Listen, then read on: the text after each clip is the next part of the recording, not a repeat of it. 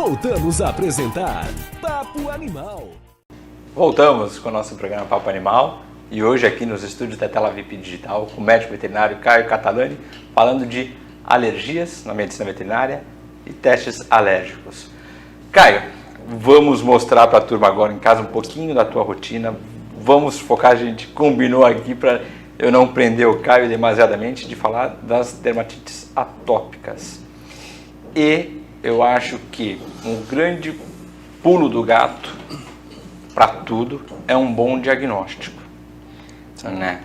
E a gente vem de um tempo, aí mais de 20, Caio na profissão, a gente era muito carente de diagnóstico, poxa, e o porquê, e os testes, funcionam, não funcionam, ainda tem um pouquinho de tabu. Sim. Né? Eu percebo às vezes em discussão, em roda com um colega, às vezes um colega menos atualizado, fala, poxa, não, mas não funciona. Não, funciona, quais são as alternativas de testes que a gente tem? E aí depois a gente entra nas imagens aí. Tá. E deixar um beijo também para a doutora Clarissa Credier, acompanhando, José Ricardo Dourado, Guimarães também, que entraram aí, um grande beijo, obrigado pela audiência. Então, Luiz, assim, realmente tem muito tabu. Na verdade, isso é um fato. No início do processo todo, a gente está falando de 3 décadas atrás, a qualidade dos testes não era a mesma que existe hoje. Hoje os testes são muito bons. O que eu costumo dizer, você sabe, a gente tem o laboratório também, eu costumo dizer para os colegas, quando a gente está falando de exames de laboratório, você não consegue torcer um parafuso Phillips com um alicate. Com a chave errada. Com a chave errada. Então, assim, eu acho que toda vez que você vai pedir um exame de laboratório, você tem que ter uma pergunta bem clara. Você está pedindo uma resposta para aquilo, você tem que ter uma pergunta bem clara. Então, assim, o teste alérgico ele não é feito para dizer se o animal é alérgico. Começa por aí. O que eu acho que acabou, comercialmente, o mundo acabou utilizando essa nomenclatura, acho que é uma questão de simplificação. Na verdade, o teste alérgico ele é um teste de sensibilização. O diagnóstico da alergia ele é clínico. É aquilo que a gente falou, a gente submete o paciente da gente a uma triagem, um histórico. Hoje eu percebo, como alergista, muito mais história. É engraçado, meu atendimento é um pouco diferente. Eu quase não... Eu pouco mexo no animal. Porque geralmente quando ele está na minha mão, ele não está mais na crise. A maioria dos pacientes chegam para mim. Ele tem um histórico de muitos problemas, mas quando chega lá, às vezes não é ele, né? Então, por exemplo, em relação à dermatite atópica, que eu acho que é o que a gente tem que focar agora. Por quê? Em relação aos cães, é a doença alérgica mais prevalente. A gente acredita que 6 milhões de cães no Brasil sofrem dessa doença. É uma doença muito prevalente. E o diagnóstico deles é história clínica. A gente tem uma ferramenta clínica validada, são 8 perguntas que se faz. Se 5 der positivo, você tem 87% de diagnóstico fechado de que o problema é esse. Então, para que servem os testes? O objetivo, isso a gente criou esse conceito quando a gente fundou o Instituto de Alergia, é tratar a causa. Sim. A gente sabe que a gente tem uma série de medidas, hoje a gente tem uma série de imunobiológicos, de medicamentos bastante seguros, bastante eficazes no controle de sintoma. Mas aquela história se repete. E a imunoterapia, que a gente vai falar dela, da vacina alergênica, é a única forma que a gente tem de tentar mudar o curso natural da doença. É o único tratamento da alergia, o resto é tratamento sintomático. Então, assim, os testes alérgicos, na verdade, como eu disse, são testes de sensibilização. Quando eu chego à conclusão de que aquele paciente realmente é alérgico, a gente fez todas as triagens, muitas delas terapêuticas. Eu costumo dizer, eu estava comentando com você antes da gente começar, hoje eu acho que 30% dos meus pacientes são alergopatas. Muitos são imunopatas, tem outras doenças imunológicas que permitem que ele infeccione. A alergia é uma delas apenas. Então a gente tem que ter um controle de infecção de pele muito bem feito. Tem animal que a gente sugere o tratamento, os controles de infecção, e eu peço um retorno ali depois de 4 semanas. Como é que ficou? Doutor, as feridas sumiram. Aí eu faço a vírgula. A coceira continuou? Continuou. Aí eu me apresento como alergista. Agora a gente vai falar de alergia. Tem animal que você controlou a infecção e aquilo sumiu, não é uma alergia. Então, assim, feito toda essa triagem, esse animal tipicamente responde aos critérios que a gente considera de dermatite atópica, aí eu vou testar. Eu quero tentar dar nome para o boi. Enxergar o que está abaixo da ponta do iceberg. É o que eu falo para meus clientes. A clínica, o que você vê é a ponta do iceberg, e é onde eu percebo muito a falha, e por isso tem aqueles animais pasta que a gente fala, que vem atrás de você com uma pasta, olha, já passei em X veterinários. O pessoal até foi numa linha correta, mas não descobriu o que está abaixo, não investigou, não se preocupou com o que está abaixo da lâmina da água ali no iceberg. E aí fica só enxugando gelo.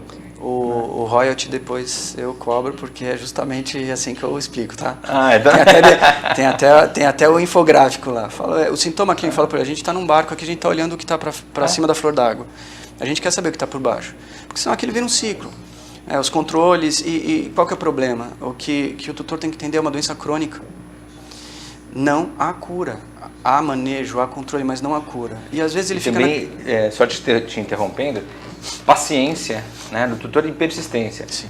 Por se tratar de um quadro crônico, muitas vezes a resposta também é tão lenta quanto a evolução do quadro. Então, aquele imediatismo, aquela urgência no tratamento vai te induzir a erro. Eu entendo, eu falo para eles que eu preciso de 3 momentos diferentes. Eu tenho que ter uma abordagem muito rápida para dar conforto, tirar as infecções, tirar aquele prurido momentâneo. Para isso a gente usa as drogas que existem hoje, maletrodioclacitinib, imunobiológicos que a gente tem à disposição para tirar isso daquela crise, controle de infecção, porque senão esses remédios também não funcionam, né? A alergia é uma coceira que machuca, né? A dermatite atópica é uma coceira que machuca. As infecções de pele são feridas que coçam. Interessante. Então, se você não tirar a ferida, você não sabe se aquilo que está coçando é alergia. Então a gente faz um controle de infecções muito bem feito no começo, quer dizer, eu tenho que ter uma ação rápida. Uma a médio prazo, que é onde a gente vai tentar entender para aquele paciente qual é o melhor manejo para ele, número de banho, frequência, tipo de produto que a gente pode utilizar. A gente tem, hoje no Instituto a gente tem 3 interfaces para o caso da dermatite atópica. Uma abordagem dermatológica, porque a gente sabe que esses animais têm problemas de pele associado, a imunológica, que é a vacina, e uma comportamental. Isso é muito interessante, é muito novo, está vindo para o Brasil agora. 40% dos meus pacientes, se não tem, vão desenvolver distúrbio de ansiedade. E, na verdade, a gente identifica 2 coceiras diferentes, a sensorial e a psicogênica. Que acaba desenvolvendo, e elas vão de mão dada. Vamos ilustrar um pouco com as imagens, Caio, que você mandou para a gente, para o tutor entender bem. Essa é a motite, né? É uma das principais manifestações da dermatite atópica, a infecção crônica de ouvido, aquela que você trata, melhora, volta, trata, melhora, volta, trata, melhora, volta, e a tendência da alergia, com o passar dos anos, é cronificar e piorar. Então, às vezes, você tem animais que iniciam tendo 1 a 2 crises por ano, no segundo ano passam a ter 3, 4, e de repente esse quadro já está crônico e persistente. E aí vale a dica também. Otite você tem vários tipos, várias causas, uma delas a alergia que o Caio está bem falando, então automedicação não, mas eu usei de outra vez tal produto, minha vizinha usou e o dela ficou ótimo, parou, vai ao médico veterinário, entende o que está acontecendo, porque às vezes pode ser uma alergia aí, você está enfiando um monte de droga sem ter a menor necessidade. Eu vou aproveitar o teu gancho de dizer que hoje, inclusive, também a otologia está se tornando uma especialidade em si. A gente, desde que a gente introduziu isso lá, a gente percebeu, hoje em dia, às vezes é necessário você fazer um tratamento para cada ouvido diferente. Interessantíssimo. Então, assim, a gente faz toda essa triagem porque isso tem animais que existem, um assunto para uma outra conversa, tem uma outra complexidade disso, mas existem fatores diferentes do lado direito e do lado esquerdo. A alergia ela pode ser a doença de base, mas você tem uma predisposição anatômica em determinado local, e a gente, quando vai fazer os exames, esse aqui é um fungo, né? Nesse outro é uma bactéria, são coisas diferentes. São tratamentos distintos. Então, assim, a gente evita, né, por uma questão até de princípios, o uso de antibiótico, uma série de coisas. Então, a gente, às vezes, tem um manejo específico de antimicrobianos que vai funcionar bem em um e não em outro. Não necessariamente no outro. Então, assim, hoje faz parte da abordagem do alergista isso, e a gente tem dado muita ênfase porque isso é realmente muito importante. É uma das principais queixas. Vamos mais imagens, Lindy? Quem nunca viu um cachorrinho que se lambe, que faz essa lesão toda? A gente falou, né, dermatite atópica, os sinais de alerta, né, lambedura de pata, principalmente dianteiras, e esse já é um quadro já com uma evoluçãozinha, já tem uma infecção ali por malacésia, né, que é um fungo. Então é bastante comum a infecção de ouvido e a lambedura de patas. Olha, antes de tratar, essa daí estava um quadro bem grave, coçava muito isso. Animais fazem nessa região também. Você perguntou de raças, Luiz, assim, a gente sabe que qualquer animal pode desenvolver a dermatite atópica, algumas raças têm maior propensão, mas o que é interessante é que a gente percebe, e isso é bem documentado, que os padrões de lesão variam. Então, às vezes, quem olha a dermatite atópica de um Golden é diferente da de um Shih Tzu, por exemplo. Apesar do histórico ser muito parecido, mas o padrão lesional que a gente fala, ele pode variar. Deixa eu ver um pouquinho durante o tratamento. Aí embaixo também tem animal que vira a patinha para coçar. Aí a gente precisa ter alguns critérios para identificar se isso não pode ser irritação de produtos. A gente traz historicamente a dermatite de contato. Então, um grande amigo meu falava o seguinte, alergia já é uma doença complicada para o dono. Se o veterinário quiser complicar mais, ainda ele consegue. Então, assim, isso historicamente faz parte da academia, a gente se preocupa muito, fala muito de dermatite alérgica de contato, mas na verdade ela é uma doença extremamente rara e geralmente ela não é sozinha, ela acompanha a dermatite atópica. Ela vem secundária. Então, assim, às vezes a gente está diante de uma irritação apenas, o cachorro pisou no cloro, queimou a pata com cloro, ele não é alérgico ao cloro. Então, isso aí a gente tem que fazer essa diferenciação também para saber o que esperar do tratamento. Uma raça também que gosta de frequentar o instituto é o Bulldog francês, junto com o Shih Tzu. Essa é uma Shih Tzu que está sendo preparada para fazer um teste alérgico cutâneo. Esse é o resultado de um dos testes. Esse foi um teste intradérmico, é um teste que hoje já está um pouco em desuso, porque a gente já tem testes menos invasivos. Eles são menos. Hoje o teste é praticamente indolor, não tem dor nenhuma. Esse daí a gente tinha que injetar o produto na pele um pouquinho. Para alguns animais, a maioria não se incomodava, mas para alguns animais era incômodo. Mas a título de diagnóstico era bem eficaz, direcionava bem? É aquilo que eu te falei, você tem que ter a pergunta, né? O que você quer saber ali? Por exemplo, a gente testa, é um teste que não precisa de sedação, é um teste simples, a gente faz as aplicações em 1 minuto, aguarda 15 minutos, a gente já tem leitura. Precisa de prática para ler, porque nem sempre é tão fácil. Essas que eu coloquei são gritantes os resultados, às vezes nem sempre são tão fáceis e às vezes eles não são suficientes. Então, já que a gente se propôs a falar de teste alérgico, existem basicamente duas modalidades de teste, né? Esse que foi mostrado é um teste em vivo. A gente pega o próprio animal ali e vai ver se ele reage contra aqueles alérgenos que a gente está aplicando. Normalmente, na dermatite atópica, a gente vai procurar ácaros, que são os principais. 95% dos meus pacientes que dão positividade em teste têm algum ácaro. Pólen de gramas. Ah, mas meu cachorro, doutor, ele não passeia, ele não vai para o jardim. Pólen vem pelo ar. O chão da sua casa tem pólen, na época de polinização. A gente está aqui no maior jardim da América do Sul. Maior jardim vertical do mundo. Do mundo. Perdão, horizontal. Horizontal do mundo. É. Então, a gente tem muita grama aqui. Então, dentro do seu apartamento tem grama. E bolores. E foi aí até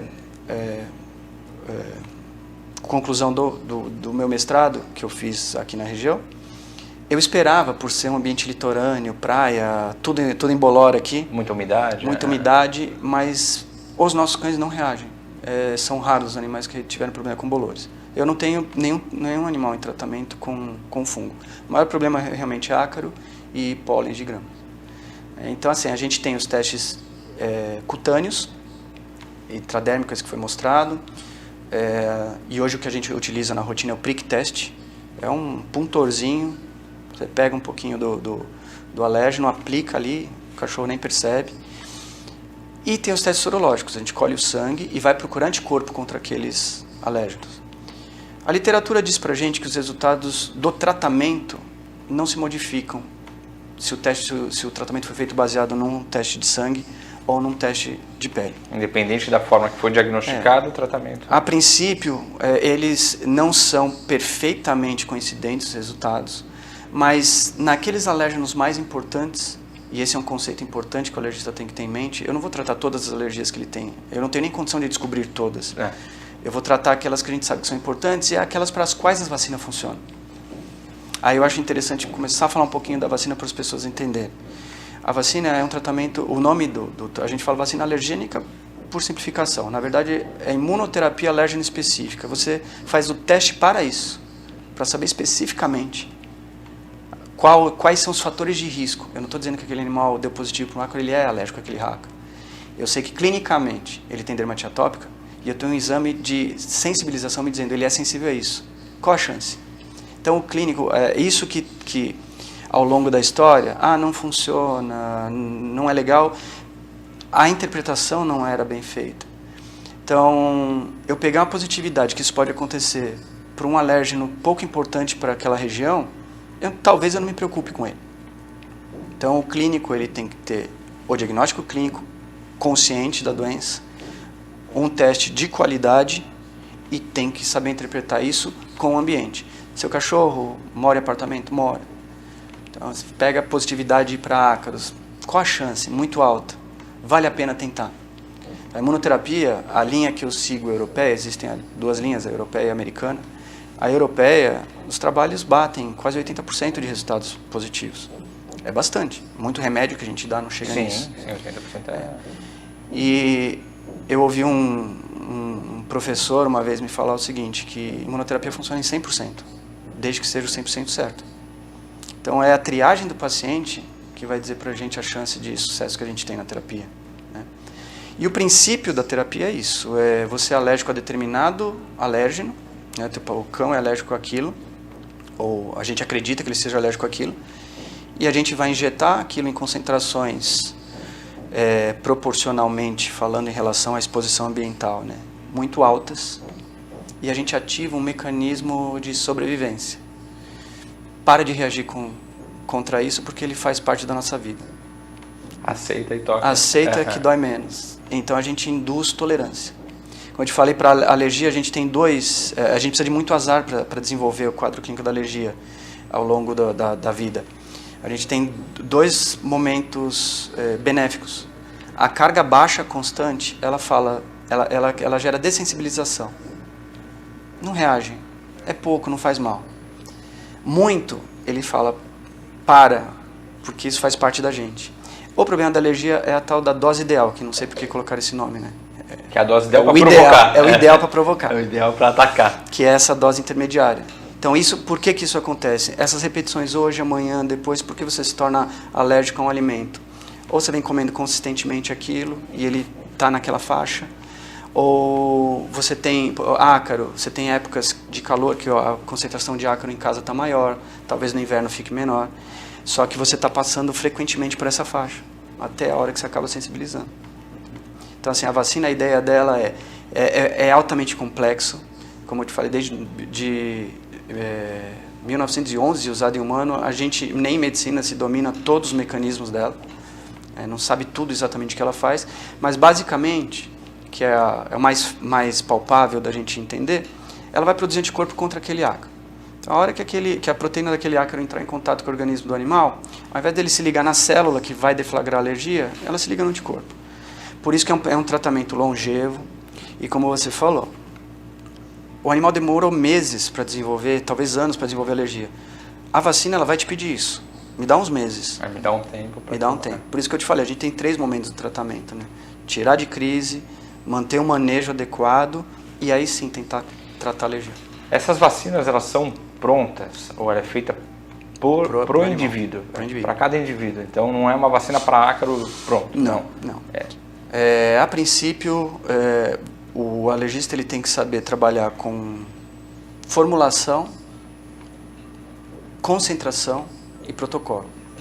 Então, assim, a gente não está falando como uma medicação, que a gente tem uma concentração fixa do medicamento, que o princípio ativo está em tantos miligramas. A gente fala em potência de vacina. Vacinas mais diluídas, menos diluídas. Vacinas muito concentradas no começo do tratamento, tanto que o tratamento ele é escalonado. Eu falo, o primeiro mês do tratamento, o protocolo que nós desenvolvemos lá no Instituto, eu falo, o primeiro mês não é tratamento, é aclimatação.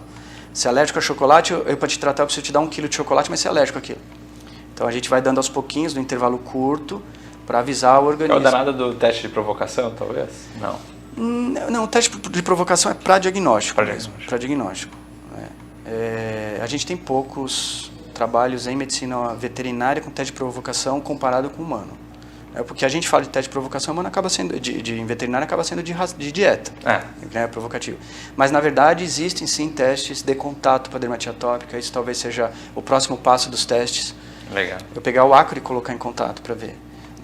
Já existe bateria atópica em humano para isso, em veterinária a gente está estudando ainda, que é uma das vertentes do Instituto, né, a gente fazendo estudos lá. Então tem uma série de linhas de pesquisa que a gente tá fazendo. Provavelmente pode ser uma das próximas coisas que a gente vai conseguir disponibilizar. Porque aí você está tendo o resultado em vivo, né? Você está pegando aquilo que você tem suspeita, colocando ali e vendo o resultado. Mas a vacina é isso, ela é feita para cada paciente. Se você pegar 2 alergistas, os 2 não vão fazer a mesma vacina. Interessante. Então a gente acredita que metade é ciência, metade é arte. Você tem que conhecer a tua população, você tem que conhecer a eficácia de cada vacina. Isso eu costumo falar até para os veterinários que trabalham com a gente, que a gente fornece material para fora, para outros estados. A gente sabe, por exemplo, que uma vacina de ácaro funciona muito bem. Já para fungo, nem tanto. Então por isso que eu te falei, às vezes o alergista ele tem que ter isso em noção. Vale a pena eu tentar colocar isso aqui? Cada alérgeno que a gente está testando, cada vacina, cada componente da vacina tem uma cinética diferente. Então isso é muito bom, isso vale a pena fazer, isso aqui eu não faria. Então assim, a gente tem que confeccionar para cada paciente a vacina, adequar o protocolo. A maioria desses pacientes, existem 2 formas de vacina, as sublinguais e as injetáveis. As sublinguais, elas aparentemente, elas satisfazem o tutor, mas não o alergista. Pela não picada, né? Pela não picada, mas não o alergista, porque é um tratamento longo e que o tutor vai abandonar. A gente tem 57% de desistência nesse tipo de tratamento. Quase 60% é bastante alto. Já a injetável, a gente está monitorando, a gente está junto, e é o que eu falo, a gente tem que passar por isso juntos. É uma doença crônica, vai ter crise. Não espero que o animal não vai ter problema. Isso é importantíssimo falar, né? O tutor tem que ter isso na cabeça, que ele pode ter, mesmo durante o tratamento, ele pode ter alguma, sim, e vai ter por definição oscilação e alguma remanifestação, né? Salvo raras exceções, eu costumo dizer para os tutores o seguinte: se não tiver crise, eu errei, porque não era alergia. Ele vai ter. A questão é que você não está abandonado. Tem o suporte do instituto, o atendimento, as medicações, o que a gente precisar fazer caso precise tirar de crise. Só que assim, a gente estava falando no começo, né, Luiz? A gente está no mesmo barco, né? Você com 3 alérgicos e eu com 1, que graças a Deus hoje está muito bem. Aliás, foi por conta dele que eu comecei a estudar alergia. E eu costumo dizer para os meus tutores o seguinte: eu não preciso tratar todas as crises desse paciente. Eu preciso ensinar você a tratar. Ele vai ter várias. O que eu preciso depois acompanhar de tempos em tempos e ver quantas crises a gente reduziu. Porque... E quanto intervalou, né? Sim. Isso também acho que é muito bacana, quando o tutor consegue perceber que aquele animal que tinha uma crise emendada na outra e que fala, poxa vida, eu vou largar a mão porque meu cão é atópico e não tem tratamento. Não, se você conseguiu espaçar essa crise, se você conseguiu ter um intervalo nele bom, nele saudável, ótimo, isso já é vitória, já é conquista no tratamento, né? Não, é o que eu falo para eles, assim, o que eu quero, o objetivo, aí que é interessante, a vacina vai curar, hoje em dia, a medicina humana usa esse termo em alguns casos, alguns veterinários eu já vi utilizar, diz que é uma possibilidade de cura, eu evito oferecer essa ideia para os tutores. O objetivo em si da alergia não é curar, da vacina, perdão, não é curar, é qualidade de vida. Então, é intervalo de crise e diminuição de intensidade de sintoma. Então, aqueles pacientes que ao longo do tratamento todo tiveram 2, 3 crises e com 2, 3 dias de medicamento parou e ficou bem, é sucesso. É sucesso terapêutico da imunoterapia. É mérito da imunoterapia conseguir isso. E isso a gente tem conseguido na maioria dos pacientes. Manejo, nunca esquecer da pele, tratar a causa e nunca esquecer da cabecinha. Porque realmente fatores que geram ansiedade pioram demais o quadro e às vezes você fez o tratamento muito bem feito e o sintoma, a ponta do iceberg, continua ali. E às vezes é uma questão comportamental. Então a gente entendendo esses 3 aspectos da dermatite atópica, esses 3 pilares, a gente costuma ter sucesso. Muito.